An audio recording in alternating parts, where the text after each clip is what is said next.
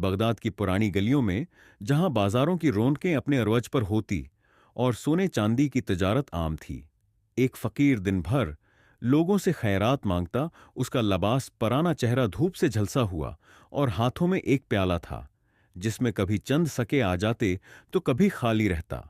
लेकिन इस फकीर की एक खास बात थी, वो कभी किसी के आगे हाथ नहीं फैलाता था। बस एक जगह बैठा रहता और जो कोई अपनी खुशी से देता वही कबूल कर लेता। शहर में कोई उसे जानता नहीं था और न ही किसी को उसकी कहानी मालूम थी।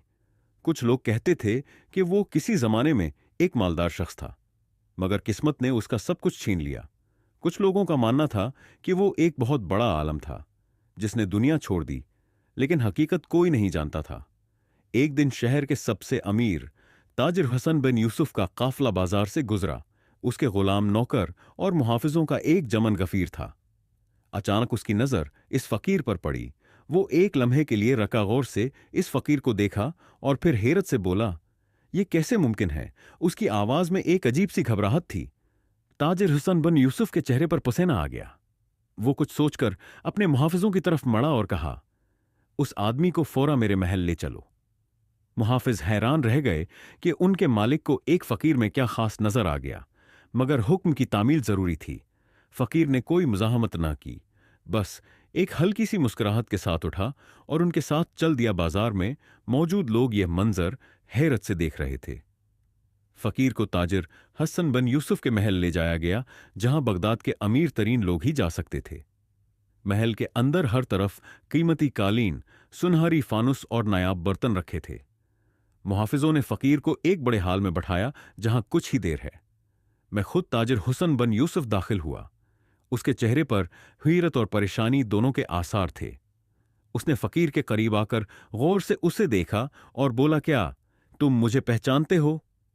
फकीर ने एक गहरी नजर हुसन बिन यूसुफ पर डाली, मुस्कुराया और नरमी से बोला, हां, मैं तुम्हें पहचानता हूं, मगर तुम मुझे कैसे जानते हो?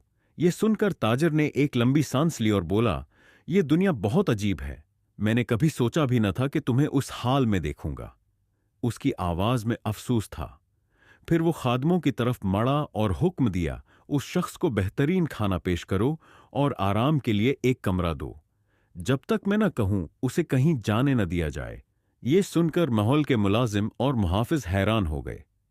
एक आम फकीर को इतनी इज्जत क्यों दी जा रही थी? फकीर खुद भी मुस्कुरा रहा था, जैसे वो जानता हो कि ये सब क्यों हो रहा है, मगर वो खामोश है रहा। रात को जब सब कुछ पुरस्कून था, ताजिर हसन बिन यूसुफ चुपके से फकीर के कमरे में आया।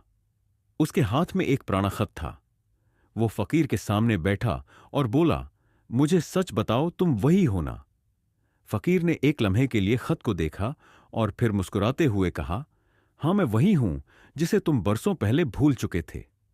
हुसन बिन यूसुफ ने कांपते हाथों से वो पुराना खत खोला और फकीर की तरफ देखकर बोला, मुझे यकीन नहीं आ रहा कि तुम मेरे सामने हो।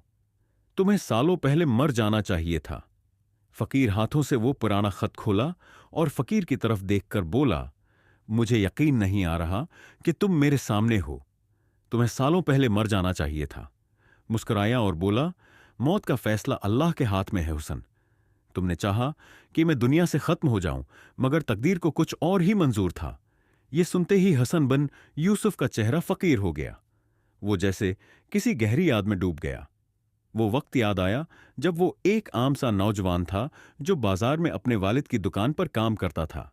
उसी बाजार में एक दहीन और दयानतदार नौजवान भी काम करता था, जो हमेशा सच्चाई की राह पर चलता। हुसन के वालिद उसे बेटे से ज्यादा अजीज रखते थे, क्योंकि वो हमेशा सच्चाई की राह पर चलता था, नहायत ईमानदार था और गाहकों के साथ धोखा नहीं करता था। हुसन को ये बात बिल्कुल पसंद न थी। एक दिन जब हसन के वालिद बीमार पड़ गए तो दुकान की जिम्मेदारी हसन हो गई के हाथ में आ गई। मगर वालिद ने वसीयत की कि ये नौजवान मेरी गैर मौजूदगी में तुम्हारी रहनुमाई करेगा, क्योंकि वो तुमसे ज्यादा तजर्बाकार और दियानतदार है। हुसन को यह सुनकर शदीद गुस्सा आया। उसे लगा जैसे उसके बाप ने अपनी इज्जत किसी और को दे दी हो। उसी दिन उसने चुपके से एक साजिश तैयार की। उसने उस नौजवान पर चोरी का झूठा इल्जाम लगाया और सबूत के तौर पर दुकान के खजूंचे में कुछ कीमती सके रख दिए। जब इल्जाम लगा तो लोगों ने उस नौजवान को पकड़ लिया। अदालत ने बगैर सोचे समझे उसे सख्त सजा सुनाए।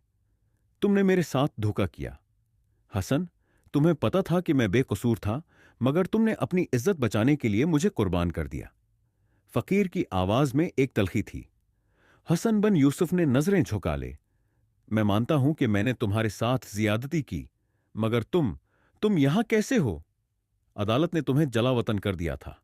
फकीर ने गहरी सांस ली और बोला, मैंने सालों तक दर बदर की खाक छानी फाके किए, मुश्किलात बर्दाश्त की, मगर मैंने हिम्मत नहीं हारी। मैंने अल्लाह पर भरोसा रखा, और आज देखो, वही अल्लाह जिसके फैसले पर तुम्हें यकीन नहीं था, उसने मुझे तुम्हारे सामने ला खड़ा किया है। हुसन का चेहरा जर्द पड़ चुका था। उसे अंदाजा हो चुका था कि जो कुछ उसने बरसों पहले किया था, आज वही उसके सामने आकर खड़ा हो चुका है। हुसन बिन यूसुफ की पेशानी पर पुसैना चमकने लगा। फकीर की आंखों में एक गहरी चमक हो चुकी थी जैसे बरसों का इंतकाम आज मुकम्मल होने वाला हो। बाजार में लोग आहिस्ता आहिस्ता जमा होने लगे थे। हर कोई हैरानी से देख रहा था कि मदीना का मशहूर ताजिर एक आम से फकीर के सामने बेबस खड़ा है। तुम क्या चाहते हो? हुसन ने हकलाते हुए कहा। फकीर ने एक गहरी सांस ली और सुकून से बोला, मैं तुमसे कुछ नहीं चाहता हुसन, है मैं बस ये चाहता हूं कि तुम्हें एहसास हो कि तुमने माजी में जो किया था वो गलत था। हुसन की आंखें गुस्से से सर्ख हो गईं, मगर वो जानता था कि वो अब कुछ भी नहीं कर सकता। फकीर की सच्चाई के सामने उसकी दौलत और शहरत सब बेईमानी लग रही थी।